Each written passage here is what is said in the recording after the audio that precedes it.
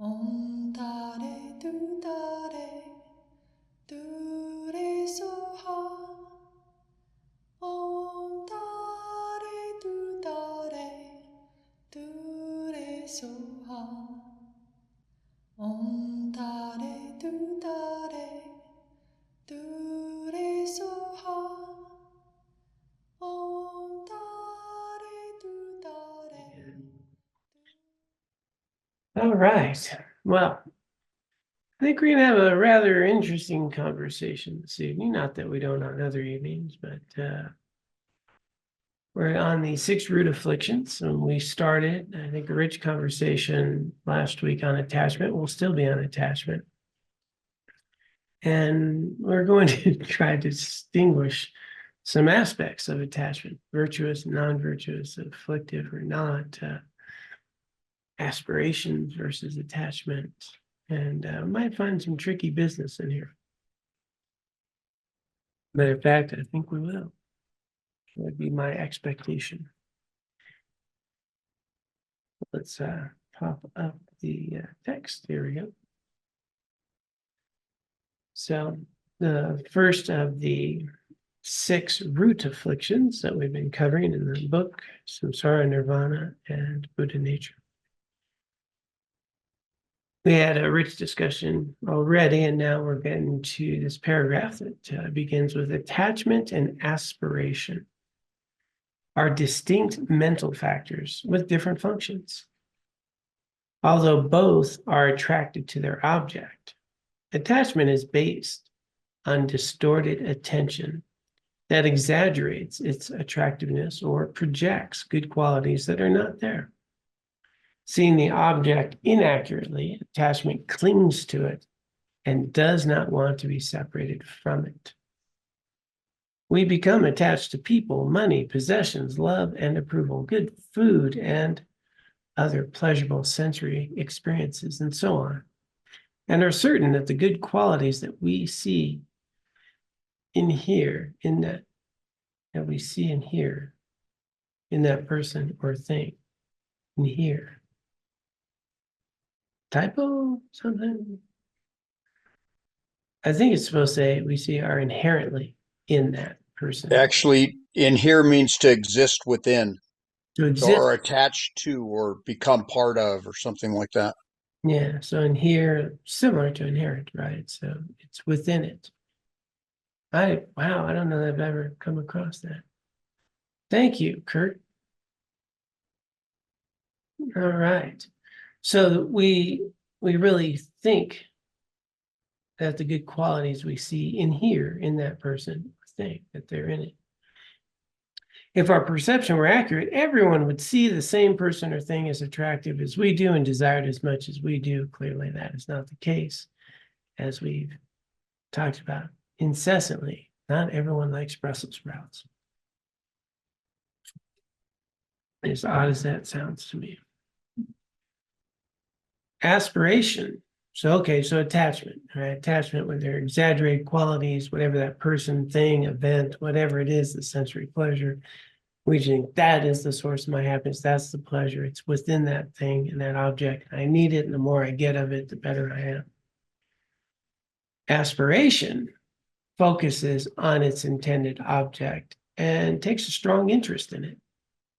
But it is not necessarily based on exaggerating or projecting the object's good qualities. The aspirations seeking a good rebirth, liberation, full awakening are based on realistically seeing beneficial qualities that are present.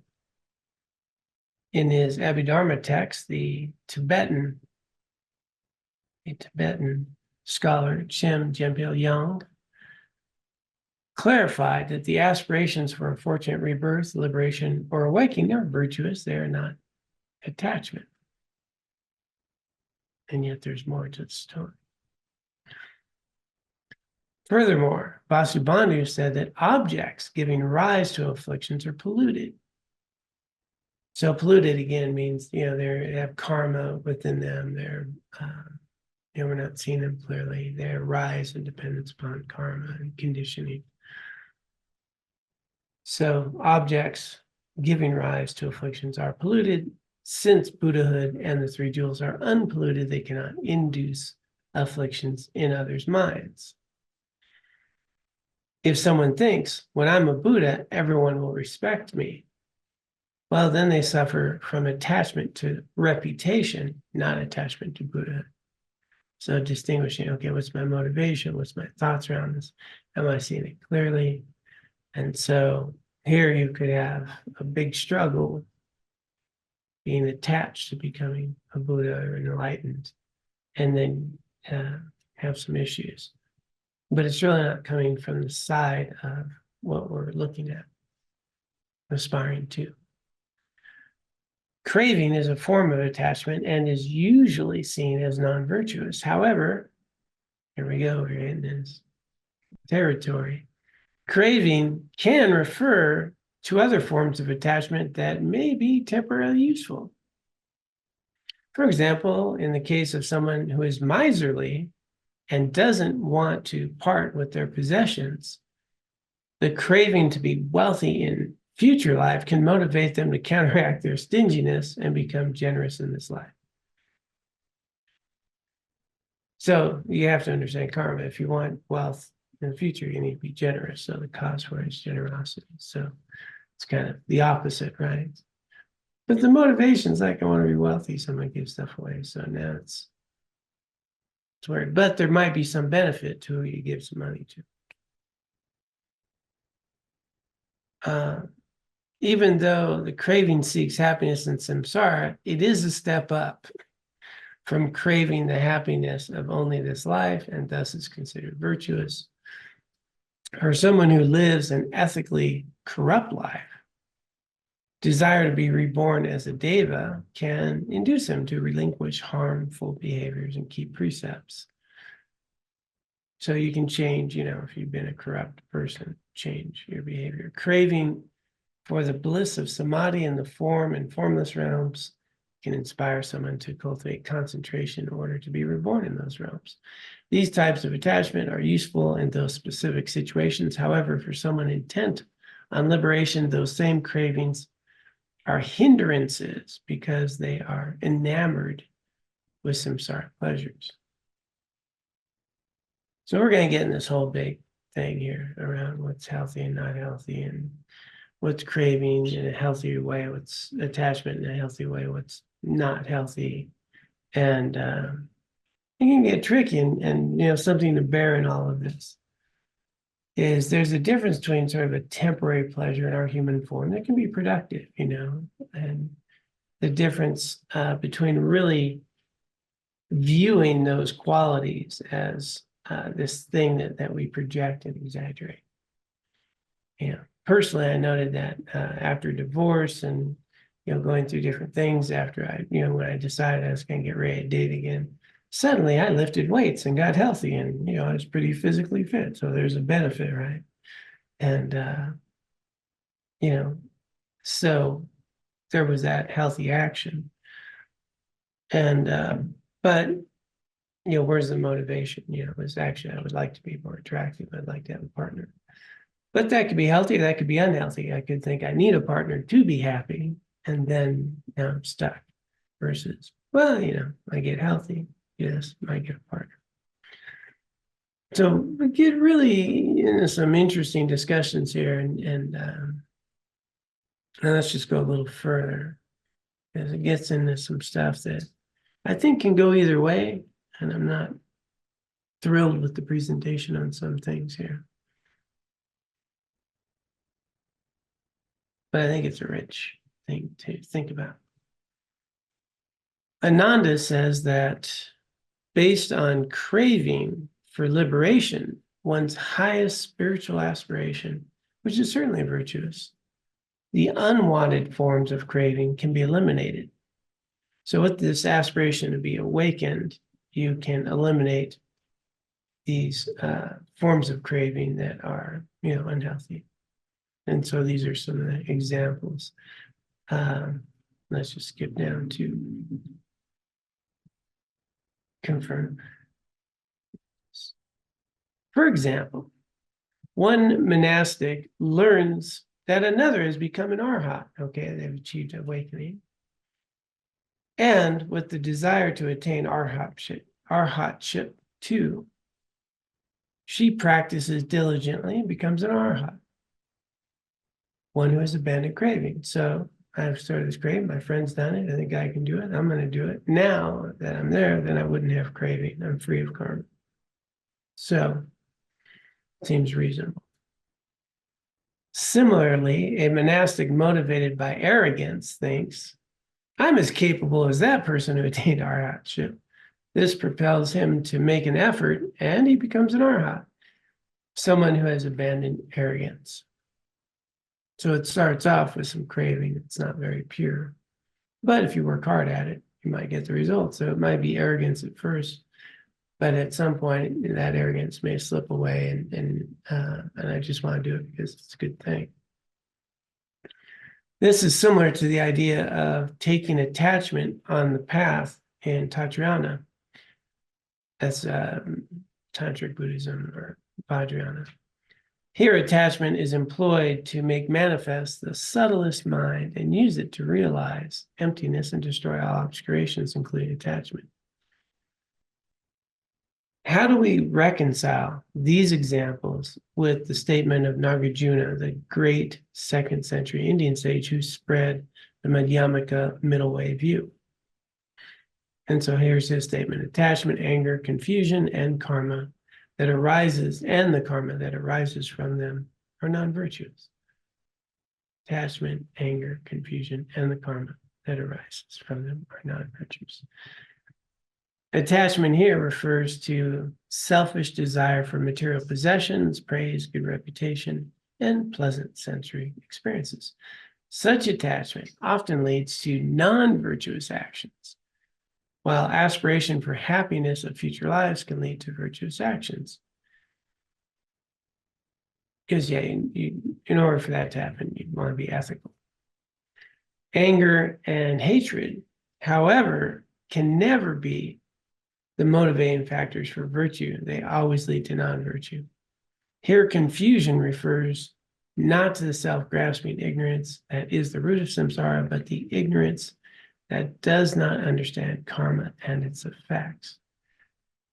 While self-grasping ignorance can precede virtuous actions, the ignorance that has a skewed view of ethical conduct will lead to mental, verbal, and physical non-virtuous actions of the path.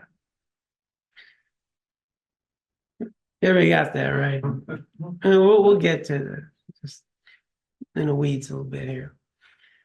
Similarly, there are different ways to be attached to a beautiful statue of a Buddha. One person wants a beautiful statue to inspire their daily meditation practice. Another person wants the same statue to show off to their friends or to sell for a profit. These different motivations will bring different results in the present life and in the future lives. In short, and by the way, it's not going to be short, attachment may have diverse meanings in different contexts. This is illustrated by the 4 types of clinging mentioned in the teaching parting from the 4 clingings that Manjushri gave to the great Sakyalama Sachin Kuna Nimpo. If you cling to this life, you're not a true spiritual practitioner. If you cling to samsara, you do not have renunciation. If you cling to your own self-interest, you have no bodhicitta. If there is grasping, you do not have the view of reality, of awakening of Buddha nature. So I'm just going to pause there for a moment. All this is variable. Okay, so if I have an attachment that's a bit distorted, I might engage in a path that's virtuous. And then as I engage in that path, I may start to recognize this attachment's not that healthy and it may change. So a lot of people read this stuff and it gets cemented concrete. Oh, that's a bad motivation. You're stuck, and everything comes out. That's not good.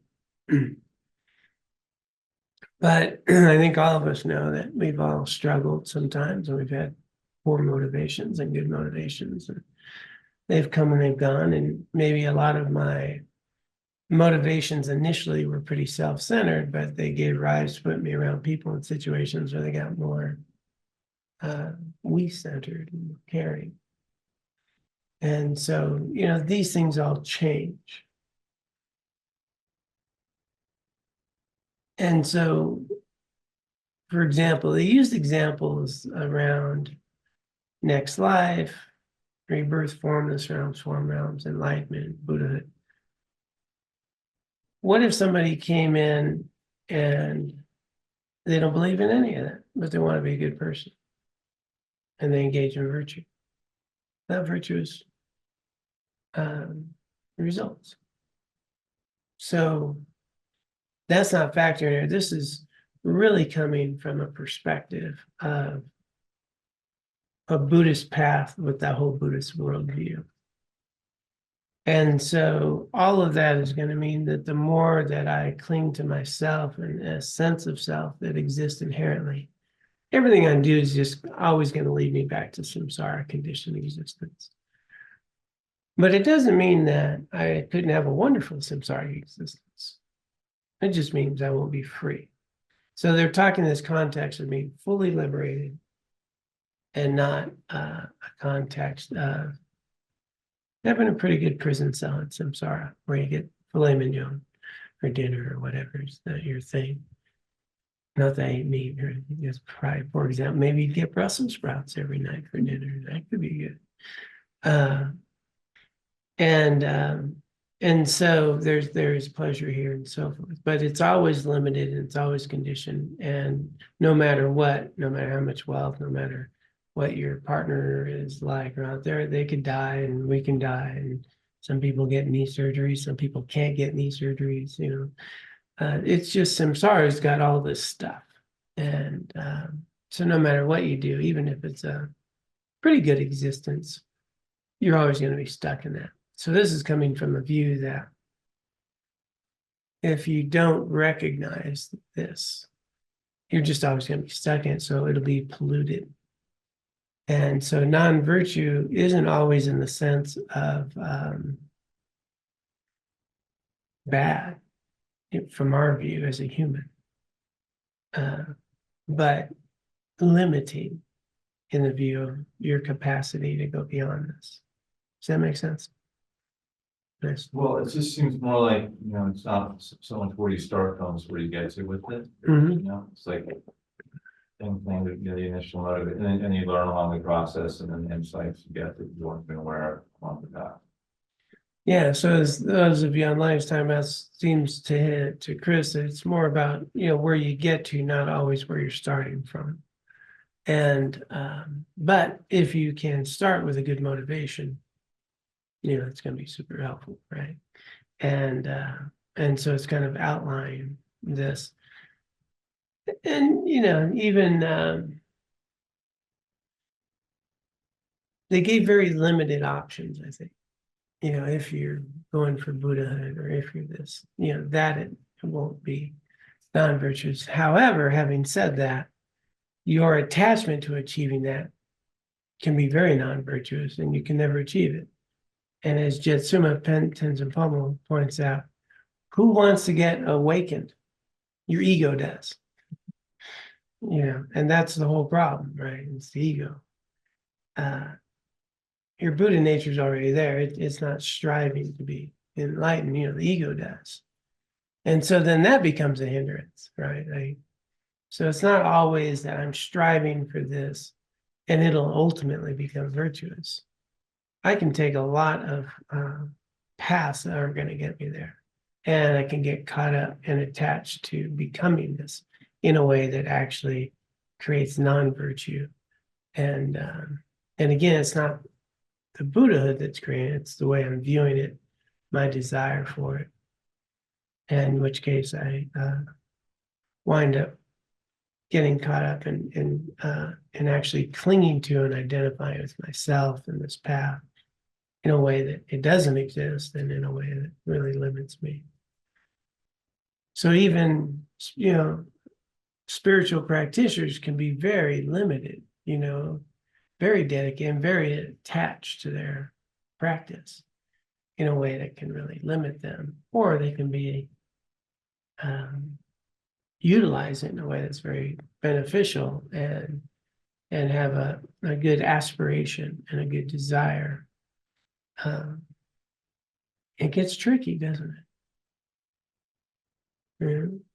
It gets tricky. We can, I need to do this and this and that, or I'm going, I'll never make it. Or, maybe I can realize my practice is in everything I'm doing. And if I bring a good heart to it. And then maybe I didn't bring a good heart to it, and I can learn from it, keep growing, right? As Chris is pointing out, it's where I'm going. But we're always in motion, and this is fluid. Once we've created karma, there will be a result. But we're creating karma in every moment, so it's very, very interdependent.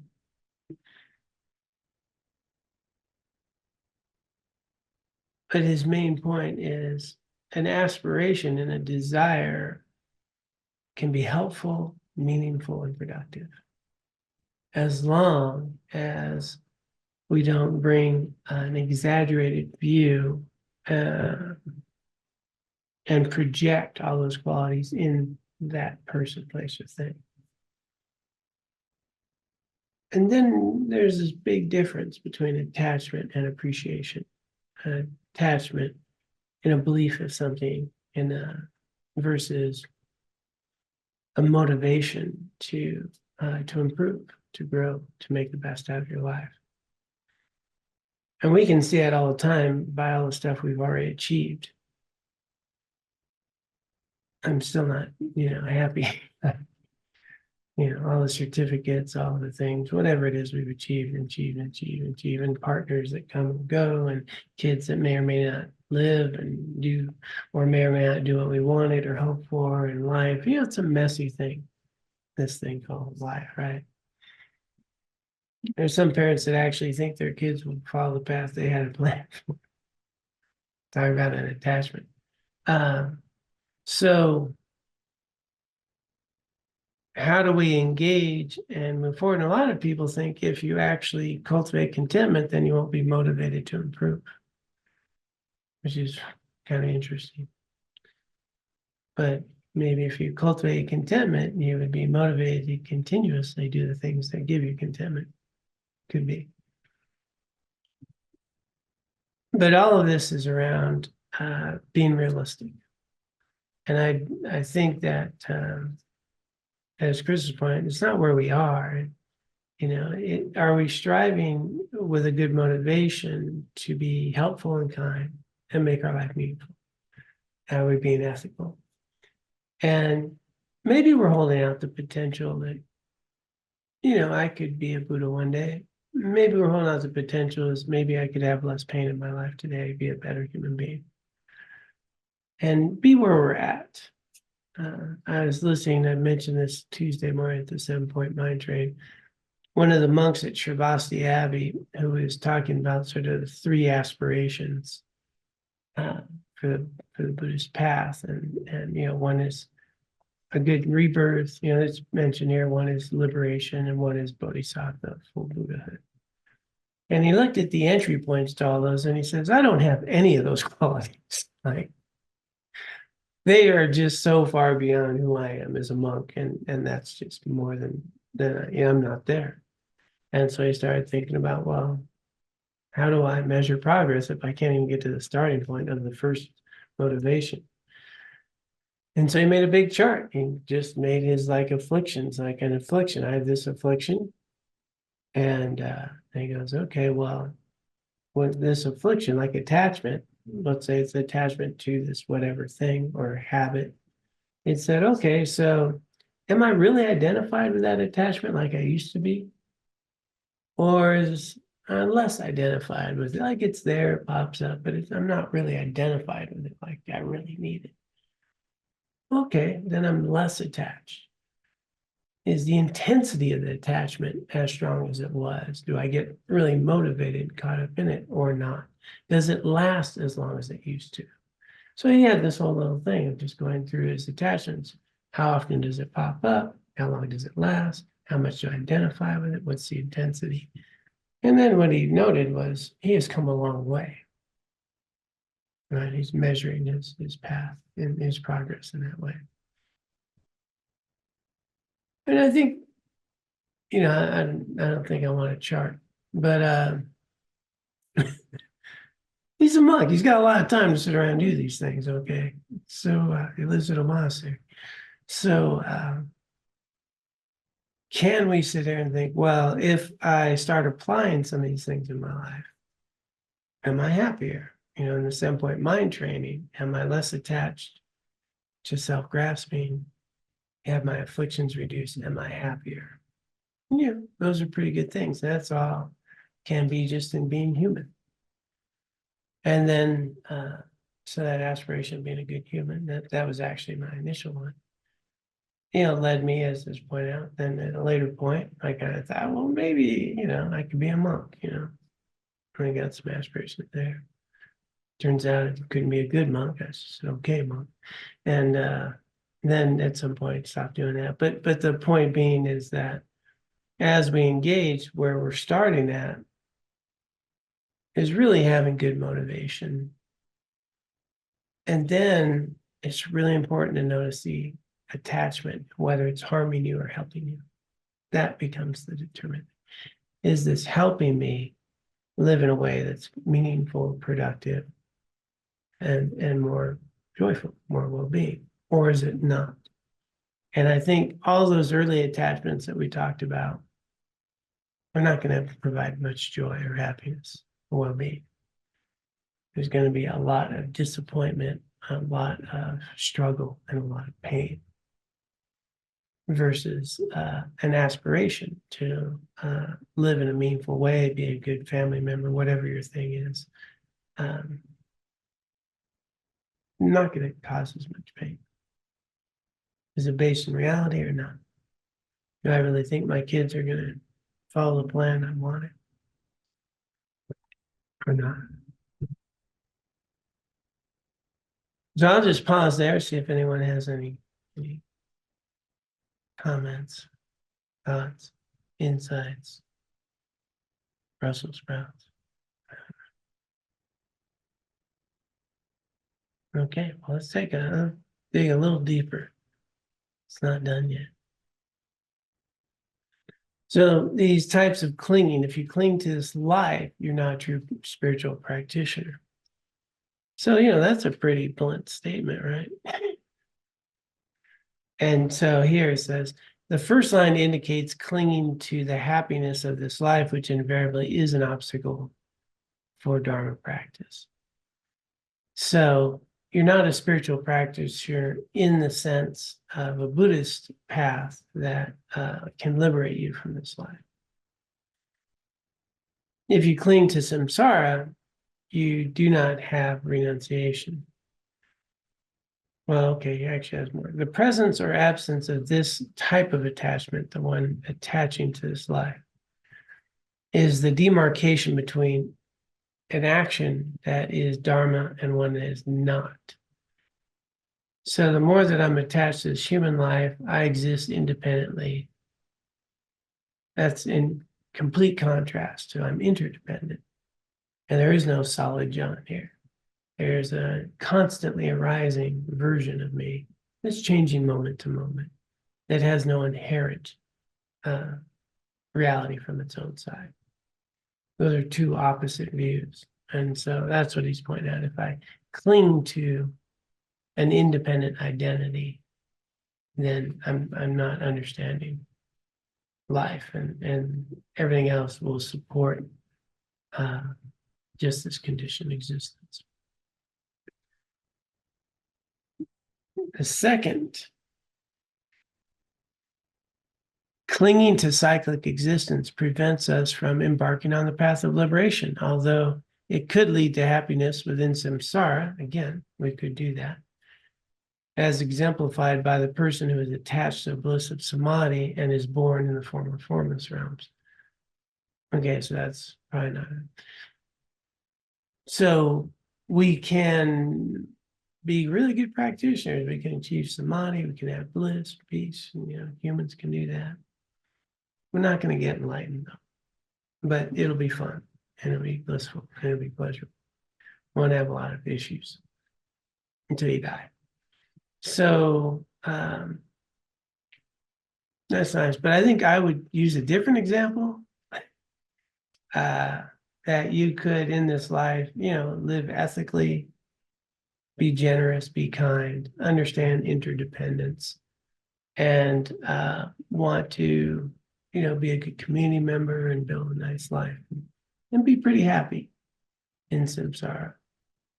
But if you're attached to samsara, then, there's going to be some real problems, because aging, sickness, and death, tragedies, climate issues, all the things that go on, we're going to be imprisoned by that. No matter what you do, no matter how much you maintain your car, it can still break down, right?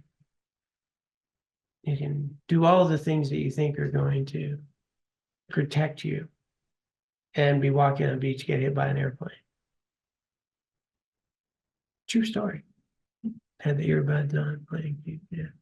So you can be sitting in your living room, that happens. Clinging to our self-interest prevents us from entering the bodhisattva path, although it could support the attainment of liberation, arhatship. For example, a person who clings to be free of samsara and seeks their own liberation alone. So you could become liberated, you can become free of, but you really haven't developed that love and bodhisattva motivation for others. The most deeply ingrained attachment is grasping inherent existence, which prevents the attainment of both liberation and full awakening. Let's do this one other paragraph here. The Tibetan term chagspa may also be translated as attachment and is sometimes used to indicate strong affection or care, strong affection and care. In this sense, Buddhas are attached to sentient beings, indicating that because of their strong compassion, they will never abandon sentient beings and will continuously work to lead them to temporal and ultimate happiness. This feeling of closeness and care that Buddhas have for sentient beings is very different from attachment in the minds of sentient beings. So I think that's getting right to the whole point, is we get hung up on words. These words don't translate very well from one language to the next. So for example, in attachment theory, right? Chris, you're a therapist, something about that. There's a healthy attachment to parents, whether you get the kind of love you need, right? So when you're a kid and, your parents are, you're giving you life, you may or may not get those, strange peas or not. And they love you or they don't love you. We can form an attachment or aversions, and we can develop unhealthy relationship patterns or healthy ones. And so there's these healthy attachments that we can develop. And the word attachment has a very different context. From a Buddhist perspective, when they're saying attachment, like quoting Nagarjuna, they're saying, I have a belief, a strong belief that this thing, that person, that object has these qualities that are going to provide me lasting happiness, I see. That it's in those things. And out of that, a lot of afflictions, a lot of karma will arise. I have an attachment that if I work hard and do this or that, I'm going to have this kind of career and that kind of life. And I have a belief system around that. But that's faulty. And it's going to create a lot of stress, because if I don't get the good grade, I'm going to be stressed. If I don't get the right interview, I'm going to be stressed. I'm going to think about all the stresses around job interviews and car, and all those things. And not even to mention, and I just, calling that girl for the first date and the dad answers, like the preparation that has to go into that would take me about an hour and a half. I would practice, hello, Mr. So-and-so, and this is John. What's proper phone etiquette? And And what if they're not there? Then what would you say? Oh my gosh. And what if they don't let you talk to them? What would I say? I would spend a lot of anxiety over calling a girl for a date back in the old days when they didn't have answering machines. You didn't know who's going to answer. You had to be prepared, a lot of stress. And that's just a normal thing. Think about the qualities that we build up around that. And then our own insecurities, and then our own self-critical behavior, activities, and then all the afflictions that arise. All of that being based in a belief that I need to live this way or be this kind of person or have this kind of a job or, have this kind of a body or whatever that. I mean, we have a whole series of eating disorders, body, shape, distorted views around that. And it's all based on something outside of ourselves. And so that is the type of attachment that's going to create a lot of problems. So instead of using that word attachment, I like to just use the word, like they use the word aspiration, desire. Can you have a good motivation to do something that's meaningful and it's worth your time and energy, and you have a strong connection with it, like the Bodhisattvas, strong connection. They're not going to give up, because we need to work really hard and endure things to accomplish things. If you're a meditation practitioner, you may have found out it's not that easy. I mean, maybe it was for you. I had to work at it, still do. But why would I do it again? Why would I do it again? Why would I do it again? Because reward's kind of far removed. Unless you're doing one of those other kind of cool meditations where you get all the cool stuff and get blissed out. But, straight shamatha meditation. Pay attention to breath, pretty interesting. I'm focused. 4 breaths later, there's got to be something else to do here. Really. I got the 4 breath things. All right, I got it. Sensations, cool. What are we going to do now? When's enlightenment coming? So we need to have a strong desire to accomplish, to work through things. And so that is where this discussion's going, is how do you have a strong commitment to something, be willing to endure pain and struggle and put time and energy and be connected to that thing, attached to that thing in a healthy way that is meaningful and beneficial, and not get attached in a way that's unhealthy, unproductive, and creates more struggle and all the other afflictions that arise from it. And I know many spiritual practitioners are very attached to a practice that, I do think limits them. Because they're really anxious if they don't do it just right and in just this way and so forth. And the mind's not getting tamed very well. So we can be very attached to our practice in a way that becomes unhealthy. And that's where I think Jetsuma Tenzin Palmo and Kondo Rinpoche and others, say it's like, let's not worry about enlightenment right now. Let's worry about, well, actually, let's not worry. Worry's not very healthy either. Let's focus on, how do I improve? How do I improve? How do I live more accurately in reality? How do I stop projecting those qualities onto those Brussels sprouts that I'm still thinking about, that are not the source of my happiness? They are good for you. I do find them tasty in a wide variety of ways. And I could go on. I mean, you can roast them, steam them. There's lots of things you can do. So we can get caught up in attachments and project these qualities, but can I soften that view and start to look more realistically? Could I be happy without that?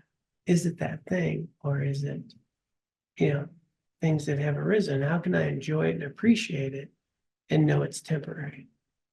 Then if I start working with it that way, I can start having an appreciation for these things that I find pleasurable.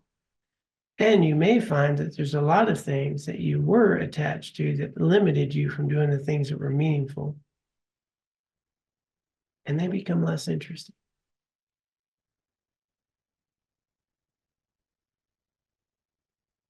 They just become less interesting. This becomes more interesting. So there's a difference between forcing not doing something and engaging in something and a path that's meaningful. And then some of the old habits we had, old attachments, that took up a lot of our time. Yeah, they just become less interesting. And that's really sweet if it can happen that way. But a lot of times I need to stop doing this very forcefully to even engage in the things that are more interesting. And but that requires effort and some sense of a reward in view. There'll be a benefit. We're not going to work very hard if there's no benefit. And then, I like to watch my mind when people, and myself included, I don't have time to do this stuff, I'm too busy creating stress, worry, and fear in my life to make time to eliminate it. Okay, there's no time for that. I'm busy getting caught up in the prison of my mind. Stress, worry, and fear. Don't have time for that other stuff. That would eliminate. I don't have time for the cure. I'm too busy creating the actual disease. And so that's kind of what happens because we're in this way of being that it just, I don't even know there's a cure. And then I might know there's a cure, or an inkling, maybe not a cure. I just, I've seen other people, and it might work for them, but not me. So I'm not going to be very motivated. And I think I've mentioned before, when I gave a talk in Findlay, Ohio, at Findlay University, Western Ohio. Yeah. And a big, thing, packed house. I was on meditation. And I started with it. It's just so wonderful that so many of you are here and are interested in meditation. It's a little depressing that none of you are going to do it, but I'm really glad you're here. And because that's just reality, Well, I'll show up for a really wonderful talk on the benefits of meditation and how one might have a practice and so forth. But very few are actually going to do it. And so we may have this inkling, but unless we really develop some sense of aspiration, which is connected to something that's meaningful to me, and get some reward there, it's going to be hard to keep going, And so, you just look around your own life, right? There's a lot of times we've been interested in certain things, but, it took a lot to finally get to be here. And then that evolved maybe. And now my life's a little easier. I'm not as stressed, not as caught up in worry and fear. I have more peace, I have more ease. And I still don't know about future life, or maybe, right? Like, we don't need to get into all that. We need to get into how do I start seeing how this works and whether or not benefits me.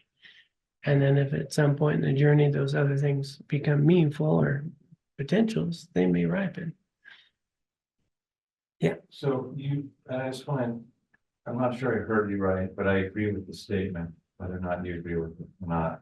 But you said, if we're not going to work very hard on something, there won't be any benefit. I said, if we're not going to work very hard on something, there won't be much benefit, is probably what I said. So, I mean, I know the payoff is something that we work hard on, but that feeds the ego, right? We get stronger, we get smarter, we attain something. mhm. But can I be content and without having, with a little less focus on striving and outcome? So for those of you online, can I be more content with a little less striving and outcome? Yeah, I haven't found that to be true, but I'm wondering what your thoughts on it. Yeah. Well, I think striving is a tricky word because we're seeking to not strive, but you kind of have to strive to not strive. It's kind of like we talk about effortlessness, and people at some point, this practice becomes effortless, but it requires a lot of effort to become effortless. It's kind of like when I went to the retreat on Buddhahood without meditation. I thought, man, that's pretty cool. Turns out you got to meditate a lot to get to Buddhahood without meditation. Man, good hook though. And you know, you gotta be a really good meditator to not meditate with Buddha in that practice, non-meditation. So yes, I think that contentment is actually a reward for effort, right? And that in contentment and non-attachment, one can be highly motivated to continue, because that in itself is a reward. But striving is a tricky word, because what I've noticed in my own life is things that used to be very difficult for me are not very difficult for me anymore. And so I don't have to work as hard because they've become interesting and enjoyable. At first it was effortful, and now I'm interested, and now it's more enjoyable. And then I've also lost some of the enjoyment and interest in some of those things. I have to work hard to get it back. You know, there's a maintenance issue here. And so the real key there is the middle ground between working hard and striving, being diligent in a practice in a way that's meaningful. And at some point, really being able to have some of the benefits from that, where it's not as effortful, and I can appreciate every moment as it is, and know that it's still a moment that I can do something meaningful. So it's possible. But it does initially require a great deal of effort, because all the inertia is the other way. It's all going the other way. And then there are the trap of getting caught in complacency, where we stop trying. Pretty good. Sound good. Matter of fact, it's very common in most humans. We'll have practitioners. Alan Walsh was talking about one of his students. This student was hardworking, like serious meditator, not like, I mean, like serious, you know, several hours a day on the Buddhist path, going to be a bodhisattva, you know, really dedicated, knows the practice, devoted, you know, and got to a really nice level. And then, you know, met a girl and, you know, got in their life. And, you know, then, you know, now he's not interested, not doing any of that stuff anymore, right? And so it didn't work as hard. And then that didn't work out. Right. And now back on the path of effort. It's kind of like me going to the gym again. And, you know, now I'm willing to go do that again back then. And so we kind of notice that when we're in difficulty and struggle, we'll work harder. When things are good, well, you know, as I like to say, you can only coast downhill. But the real skill is, when things are good, how do I stay motivated? Which I think is getting to that crux. And I found that it takes me more effort at my stage of my journey now than before. Before it was new and interesting and I was suffering. You know, now I don't suffer a lot. And so I have to wake up and make sure, you know, I might die today. This thing is, you know, an incredible opportunity. It's coming only once. This body can end today. You know, how can I make it meaningful? What can I do? Where are the afflictions? What do I get to work on while I have this time? So I stay motivated through the four thoughts that turn the mind to Dharma and get that juice flowing. Yeah. So I have to work harder in a sense, but still appreciating the fact that I don't have many of the afflictions I used to have. There's still plenty. I think there's 84,000 they mentioned somewhere. Okay, so, you know, and they just get subtler and trickier, and then sometimes not so subtle.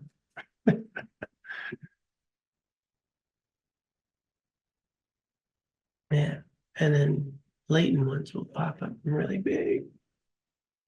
Yeah, so this is the tricky business, is how do we stay motivated in a healthy and meaningful way, have effort, but not be attached to that effort in an unhealthy way. And I think reward plays into that.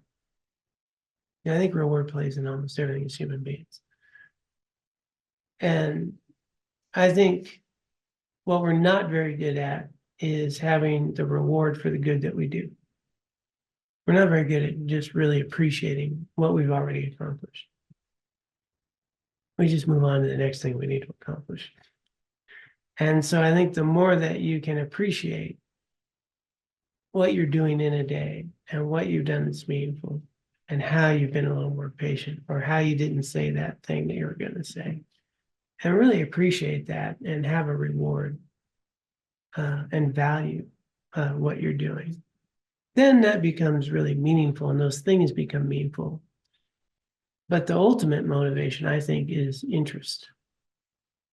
If you're interested in something and there's a reward to it, there's no effort. You know, the analogy I used before was when I used to play basketball.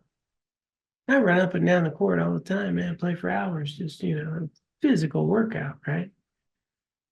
You want me to go, you know, move a big thing of rock pile over to the other side over here and go do manual labor, which I used to do. That wasn't fun. That wasn't interesting. And it wasn't nearly the effort that I put into basketball.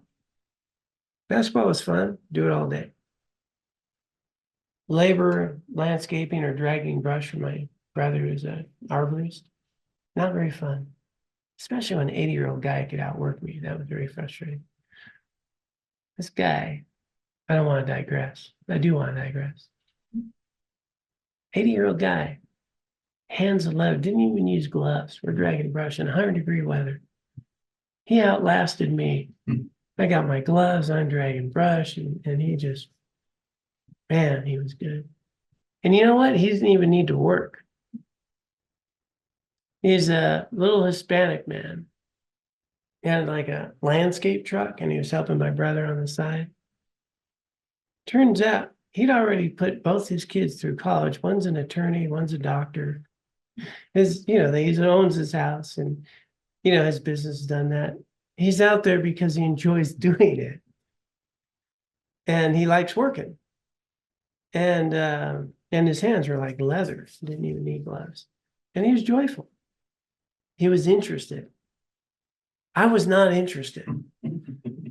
I was interested in the lunch break. I was not interested in dragging brush in 100-degree weather and trying to keep up with that guy. But I'll tell you what, when I found out what his story was, I became very interested. I wanted to be like that man.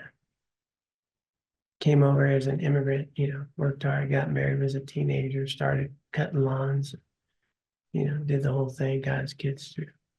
And here he is at 80, didn't even need to work, enjoying what he's doing, and probably laughing at me as I try to keep up with him.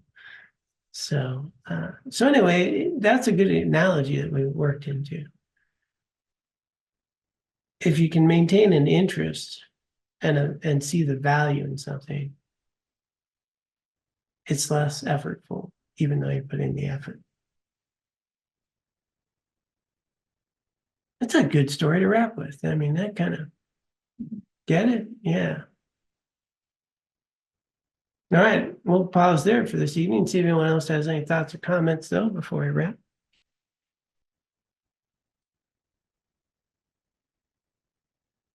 Unless you want me to tell a story about this other 80-year-old guy who just killed me and my friend at racquetball, but then he had a bum leg. Turns out he was a former pro tennis player from South America. He could put that ball wherever he wanted. Anyway, skill. All right, so we'll leave you with that this week, and we'll look at noticing attachment this week, noticing when it arises, noticing, am I exaggerating the qualities in this thing, that thing, this person, and the difference between attachment and a good motivation, a good aspiration, good effort, or just appreciation. Can I appreciate something without being attached to it? I mean, that's a really good lesson there. And can we see, is this attachment helping me or hurting me? That's the other thing. If I'm doing something that's meaningful, it might be helpful. All right. Well, good point to wrap on. A little test for the week. And, well, not test, something to explore. Let's just take a moment to recognize the effort we put into being here tonight. There's a lot of things we could have done on a Wednesday evening, but we have chosen to show up for a Dharma teaching, to reflect upon the causes of suffering or happiness in our own lives and the potential to be a benefit to others and ourselves in ways that are meaningful and based in reality and genuinely healthy and well.